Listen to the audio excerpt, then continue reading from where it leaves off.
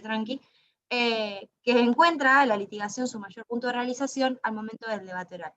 ¿Bien?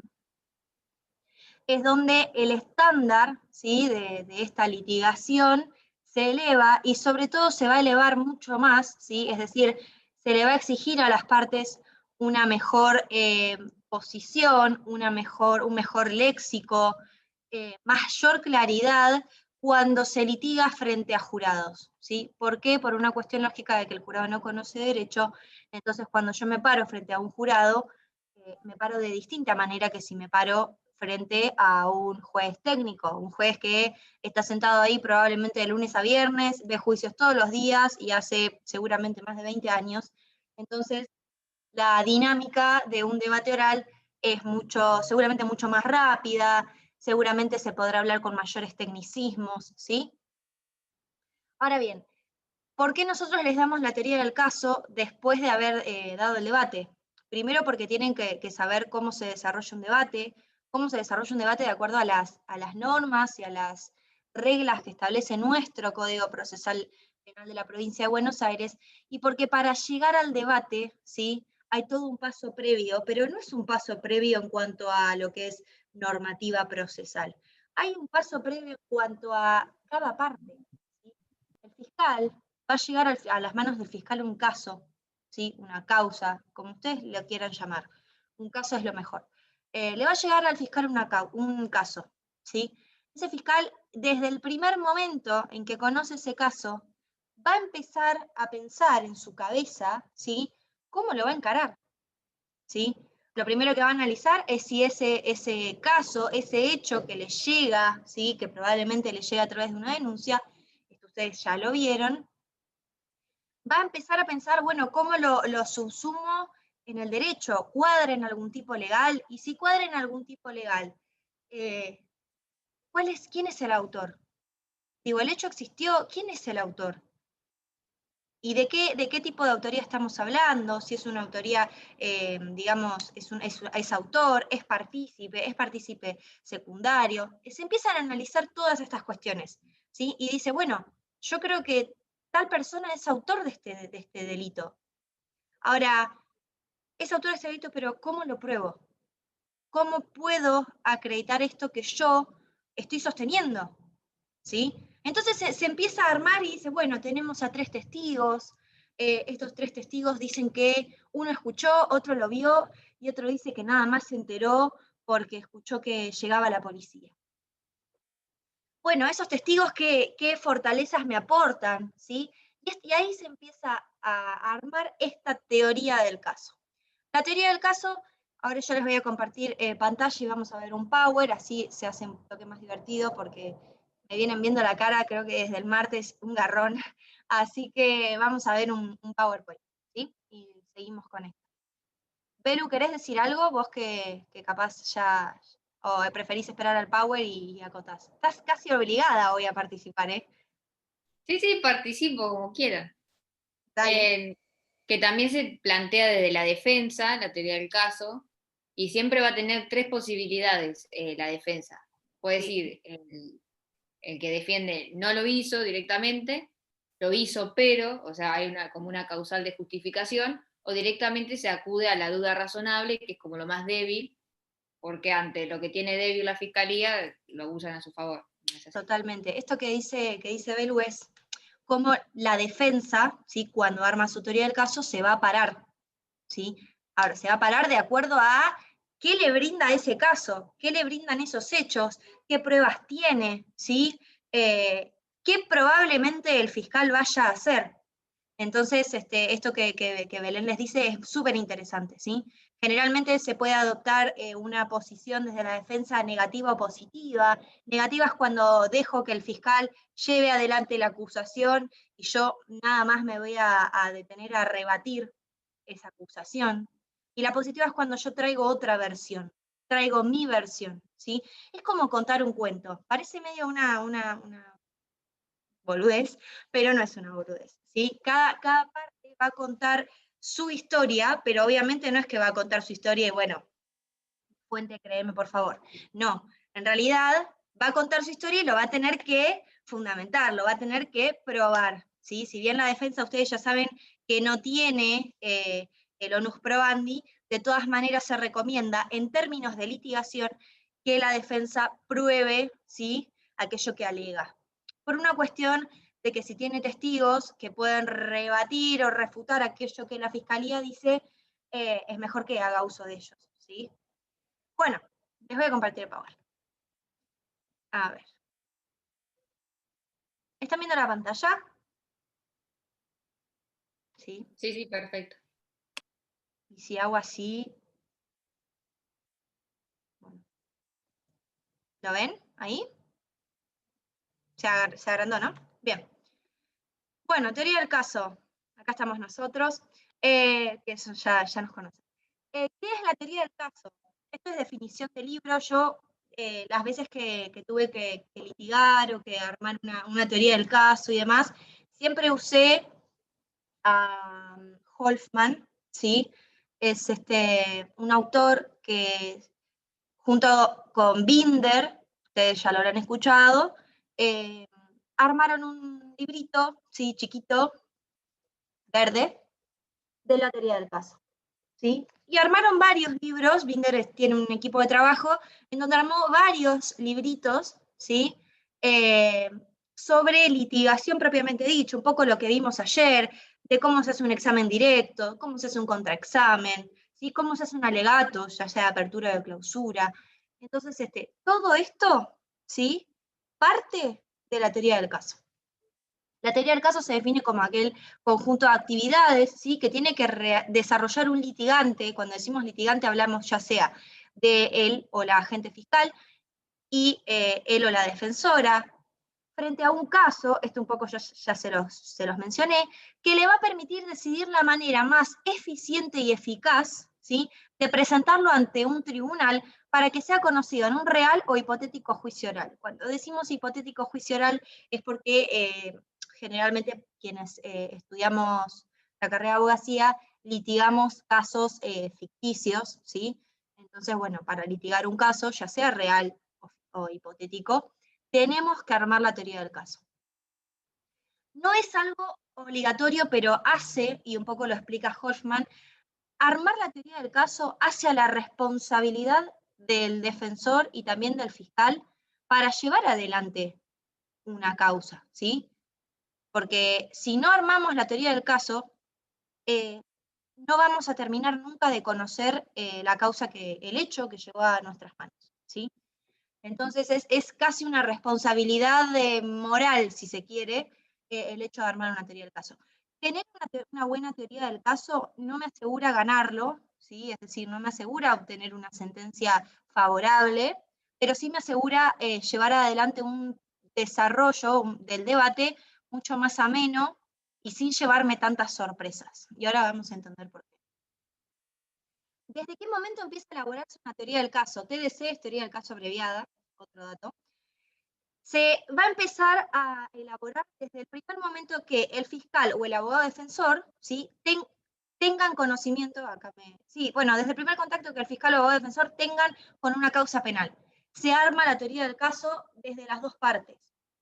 Siempre cuando explicamos, sobre todo cuando explicamos en lo que es las prácticas y damos litigación en la comisión, explicamos que dependiendo del rol que asumamos, ¿sí? Por ejemplo, yo digo, bueno, Augusto va a ser defensor y Belén va a ser fiscal, que de todas formas, más allá de armar su propia teoría del caso de su lado, armen la teoría del caso, por lo menos en borrador, de la otra parte. ¿Para qué? Para no perderse de ciertas cuestiones que hacen a analizar dónde está nuestra debilidad o dónde está nuestra fortaleza, ¿sí? Esa es una recomendación que se hace para llegar muchísimo mejor plantados a la hora de un debate, ya sea real o hipotético en un juego de rol. ¿Qué características tiene que tener una teoría del caso? En primer lugar, va a tener que ser formulada respecto de todo caso que asuma un litigante, ¿sí? ¿Qué quiere decir esto? Que cada caso que le llegue al litigante va a tener que realizar una teoría del caso, y no solo eso, sino que lo va a tener que hacer con una visión de tipo estratégica, ¿sí? Tratando de pensar, ¿sí?, ¿Por qué vías puedo ir? ¿Por qué vías puedo encarar tal o cual situación? Apenas se arranca la teoría del caso, ¿sí? Vamos a tener muchas posibilidades. Y a medida que avanza el proceso, si se quiere, vamos a ir descartando. Y la teoría del caso se va a ir haciendo cada vez más fuerte, ¿sí? ¿Cómo vamos a ir descartando? Analizando también qué podría estar pensando la otra parte, ¿sí? Bueno, obviamente orientada a un hipotético efectivo juicio oral, esto yo ya se los dije, y esto tiene que ver con lo que les acabo de decir, permanentemente revisada, ¿sí? Permanentemente yo tengo que, desde el momento cero que yo conozco una causa penal, permanentemente revisar mi teoría del caso. Puede ser que surjan nuevos testigos, puede ser que surjan nuevas pruebas, cualquier tipo de prueba, ¿sí? O que, no sé, que se encuentre algún elemento en el lugar del hecho que sea pertenencia de, por ejemplo, mi defendido. Entonces, todo esto va a hacer a que yo reversione o mejore o ajuste mi teoría del caso, ¿sí? Por eso se dice que cuando haya nuevos antecedentes, amplio los antecedentes, va a haber una nueva versión de los hechos. ¿Me van siguiendo con esto? ¿Sí? Si tienen dudas, me Sí, dicen. perfecto. Bien, tiene que ser única. ¿Qué quiere decir con esto? Que yo cuando llego al momento cúlmine, que sería el debate, ¿sí? Porque yo con la teoría del caso tengo que tener en miras primero una estrategia, pero ¿una estrategia para qué? Para generar convencimiento en el juez, para que mi versión de los hechos, ¿sí?, lo convenza más que la versión de los hechos de la otra parte. Entonces, yo no puedo llegar al día del debate y decirle, bueno, no, en realidad la noche del 5 de noviembre de 2019, Belén se encontraba en el bar Cortés y estaba con 2 amigos más, pero en realidad no eran 2 amigos, eran 3, y bueno, no fue la noche del 5 del 11, también fue la noche del 6 del 11, o sea, yo no puedo cambiar el relato y que parezcan 2 diferentes, que no haya una cierta coherencia, ¿sí? El relato tiene que ser uno solo y se tiene que sustentar, ¿sí? Por eso decimos, y ahora lo vamos a explicar, que las 3 patas importantísimas de una teoría del caso son los hechos, la prueba, ¿sí?, y lo jurídico, es decir, yo tengo un hecho, ¿lo puedo subsumir este hecho en algún tipo penal? Sí. ¿Y cómo lo pruebo? ¿Cómo pruebo que es un delito? ¿Cómo pruebo la existencia del hecho también? Entonces, esto empieza a hacer que yo pueda ir creando mi relato del hecho, mi versión de la historia, ¿sí? Que obviamente se la voy a contar al juez. Es a quien le interesa, a los fines, ¿sí?, escuchar lo que yo sostengo, lo que yo alego, ¿sí? Autosuficiente, ¿sí? Quiere decir que tiene que lograr explicar la mayor parte de los hechos comprendidos en el caso. No, tenemos que tratar de no dejar cabos sueltos, ¿sí? Ahora lo van a terminar de entender bien. Bueno, ya les dije, tiene que ser coherente, simple, clara. Esto de la claridad, sobre todo, frente a un jurado popular, ¿sí? Nosotros no podemos pararnos frente a un jurado popular y empezar a hablarles de la faz objetiva y subjetiva de la imputación, y que como no se encuentra aprobada la faz subjetiva de la imputación, alegamos que el hecho existió, pero que el imputado no lo cometió, porque el jurado no sabe lo que es, y es lógico que no sepa, ¿sí?, qué es la faz objetiva o subjetiva de la imputación, por ejemplo. Entonces, más simple va a ser, bueno, señores del jurado, en el día de hoy nosotros les vamos a probar o les vamos a demostrar, ¿sí?, que la noche del 5 de noviembre, Belén asesinó a sangre fría a Augusto. Son los 2 que me aparecen acá, chicos. Perdonen. Entonces, la fiscalía capaz diga eso, y capaz la defensa les diga, bueno, señores del jurado, no negamos la existencia de la muerte de Augusto, no negamos el homicidio de Augusto, pero lo que sí vamos a negar es que lo haya cometido Belén, porque hay testigos que dicen que Belén no estaba en Cortés esa noche, sino que Belén estaba en su casa durmiendo, ¿sí? Entonces, esta claridad, e incluso acompañada de la verosimilitud, hace mucho a atraer la atención de la persona que a mí me escucha, ¿sí? Y de la persona a la que yo la tengo que convencer. Mi versión tiene que ser la mejor, lo más limpia posible, ¿sí? Difícil de desbaratar, ¿sí? Bueno, la verosimilitud, ya les decía, para generar convencimiento, breve, cuando dice breve es que no nos extendamos a supuestos que no hacen a nuestra teoría del caso, ¿sí? A ver, cuando hay hechos que no nos interesan o que no vamos a discutir, no perdamos tiempo en eso, ¿sí? Si por autopsia salió que la muerte de Augusto fue a las 10 de la noche, no vamos a discutir esa cuestión, ¿sí? O no tiene relevancia, ¿sí? No vamos a discutir eso. O por ejemplo, no vamos a discutir que hay una persona muerta. ¿Sí está? ¿Bien? Eso tiene que ver. Y bueno, la flexibilidad es que dejemos algunas cuestiones ahí, ¿sí? Cuando digo ahí, quiero decir posibles de, me retrae, posibles de cambiar, ¿sí? Eso hace a la flexibilidad, porque no somos adivinos y puede pasar que un testigo no responda como yo esperaba, entonces ya hay una prueba que se me debilitó.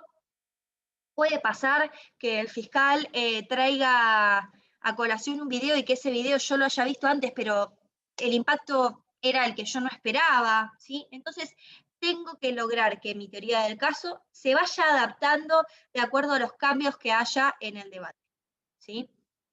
Bueno, adoptar decisiones antes del juicio oral y justificarlas. Esto quiere decir que yo no solo voy a contar una historia, sino que también la tengo que probar.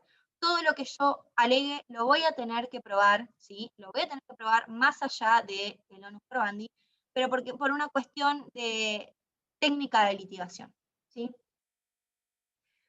Bueno, permitir un análisis estratégico de todas las evidencias con miras al juicio oral y tener suficiencia jurídica. ¿Qué quiere decir esto? Que si yo tengo, por ejemplo, un croquis del lugar, ¿sí? Un mapita del lugar del hecho, tengo 3 testigos y tengo fotos y una videograbación, ¿sí? Entonces yo tengo que pensar estratégicamente qué evidencia o qué prueba, ¿sí?, voy a desarrollar primero en el debate. Capaz yo prefiero generar un primer impacto fuerte, ¿sí?, en el juez o en los jurados. Entonces ahí voy a decir, bueno, prefiero pasar primero el video, ¿sí?, dejar a los testigos para lo último, o de qué manera yo voy a ordenar a los testigos. Siempre en litigación se habla de que todo lo que nosotros tengamos que ordenar en cuanto a presentarlo durante el debate, ¿sí?, ya sea hablar, ya sea un testigo, ya sea cualquier tipo de prueba, lo tenemos que ordenar de la siguiente manera: fortaleza, debilidad, fortaleza. ¿Por qué? Por una cuestión de que se ha estudiado que la atención del público en general, de las personas en general, dura mucho o es muy alta al principio y al final, y en el medio se suele perder. Entonces, si yo voy a contar que hay algo que a mí no me conviene, ¿sí? Por ejemplo, que, no sé, que Belén, yo sé que Belén estaba en la casa la noche del hecho, pero Belén tiene manchas de sangre en la ropa, probablemente yo cuente primero que Belén estaba en su casa y después deje para el medio, después de haber hecho todo un desarrollo, un relato, deje en el medio esas manchas de sangre, ¿sí? Que se pierda, que no tenga tanta importancia, tiene mucho que ver también con el tono de voz que uno usa.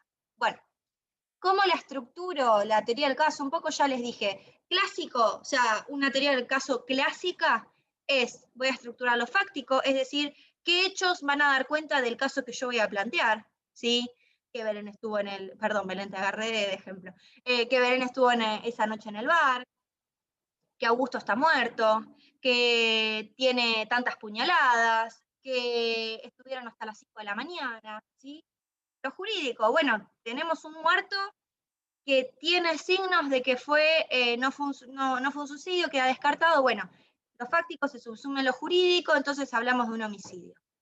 Entonces después tenemos lo probatorio, bueno, cómo sustento a través de los medios probatorios que el caso me va a brindar, ¿sí? Mi teoría del caso. ¿Bien? ¿Voy muy rápido? Caro, Juan, ¿quieren decir algo? No los veo porque veo nomás a 4 personas acá, pero... Dale nomás, Cande, venís bárbaro. Se entiende Bueno, perfecto. coincido. Gracias. ¿Cómo se estructura una teoría del caso? Sigo con la pregunta. Yo les hablaba de la postura más clásica, Y acá es una postura que yo me gusta mucho, las veces que me ha tocado capaz llevar adelante un juego de rol, es la que más me gusta porque es más amplia y más detallada, ¿sí? Primero, bueno, generemos un relato de los hechos. Esto un poco ya se los dije, contar mi historia, ¿sí? Contar mi versión de los hechos. Determinar la teoría jurídica aplicable, hasta acá seguimos igual, sumirlo en el hecho en el derecho. Ahora, ¿qué pasa, por ejemplo, si una defensa dice, bueno, no hay delito? Ejemplo, la fiscalía acusa a una persona, ¿sí? A un hombre, por abuso sexual gravemente ultrajante. Y yo como defensa alego, ¿sí? Mi teoría del caso va a ser que en realidad no fue un abuso sexual, sino que fueron relaciones consentidas. Entonces, ¿cómo determino la teoría jurídica aplicable si yo digo que fueron relaciones consentidas? Acá, ¿sí? No hay teoría jurídica aplicable desde la defensa. No es que no hay, sino que vas a decir, ¿sí? En tu teoría del caso, vamos a decir, bueno, dado que fue una relación sexual consentida, por esto y por esto, no corresponde subsumir el hecho en el derecho. No hay delito, ¿sí? Hay muchas veces, las teorías del caso de la defensa terminan yendo o tratan de ir por algún eximente o por alguna causal o por algún relato, por algún hecho, ¿sí? Que haga que no haya delito. Bien, o que si hay delito, el imputado no lo cometió.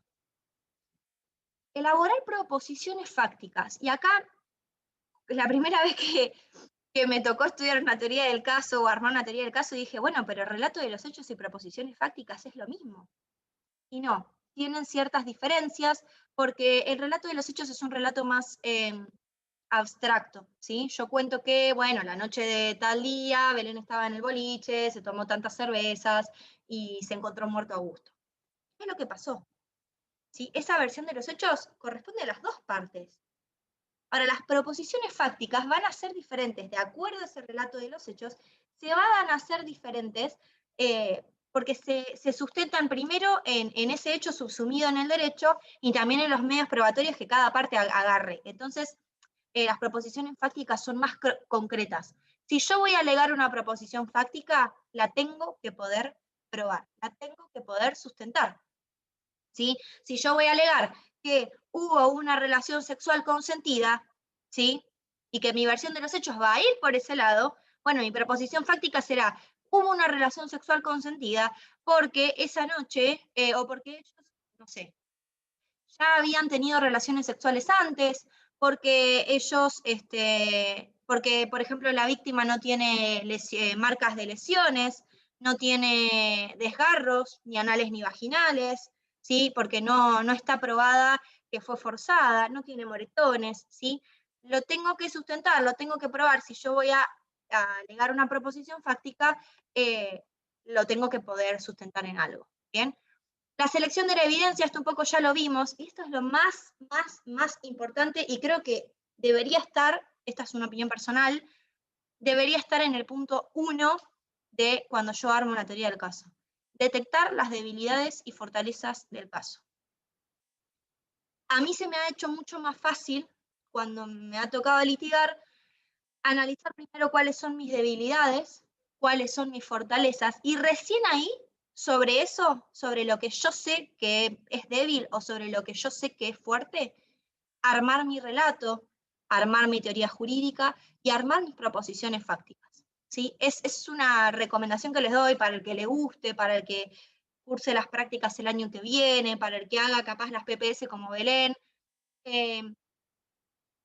Hace a la inteligencia del litigante, ¿sí? Saber y tener incluso hasta no ser orgulloso y decir, esta es una debilidad. Y entonces a veces esa debilidad, ¿sí? Podemos decir, bueno, yo no quiero que llegue el juicio y que venga el fiscal y diga, bueno, pero a Belén la encontraron con manchas de sangre. Esa es una debilidad para una defensa.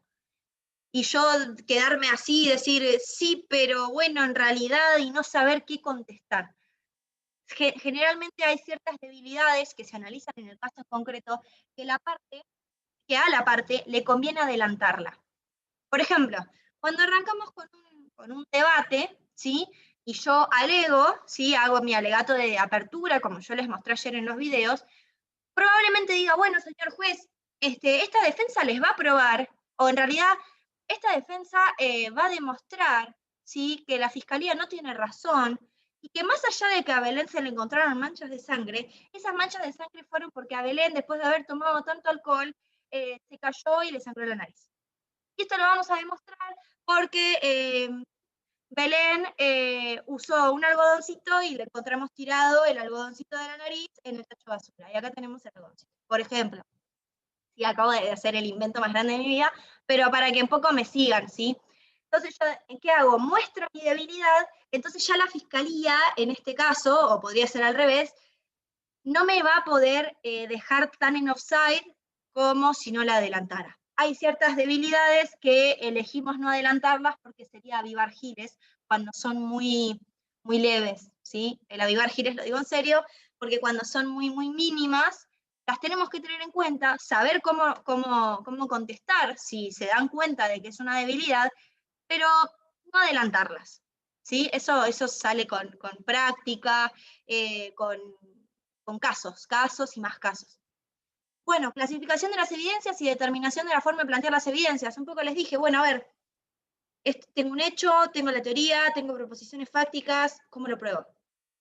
¿O con qué lo sustento? Bueno, tantos testigos, tales pruebas, foto, cámara, ¿está el arma, no está el arma, por ejemplo? Hay un cuerpo, bueno, tenemos la autopsia, tenemos una pericia psicológica, tenemos un examen médico legal, un montón de cosas. Entonces digo, bueno, ¿qué me conviene? Tengo todo esto. ¿Esto me ayuda? ¿Este testigo realmente me ayuda? ¿O es puro palabrerío? Si no me ayuda, chau. A veces menos es más. ¿Sí? Queda 1 minuto 37, así que entramos y volvemos salimos y volvemos a ingresar. ¿Sí? ¿Tienen dudas? Aprovechemos este minutito. O si quieren preguntar algo, no sé. Están muy callados hoy. Concentrado. Y a mí no me mates más, porfa. No, está bien. Ahora si se cambia de orden voy a tratar de matar a otro o de culpar a otra persona. Bien. Esperen que vamos a finalizar acá. No sé cómo salir de pantalla con esta computadora, chicos. Horrible lo que me está pasando. Ahí está. Bueno, cierro y volvemos a ingresar. ¿Dale? ¿Sale?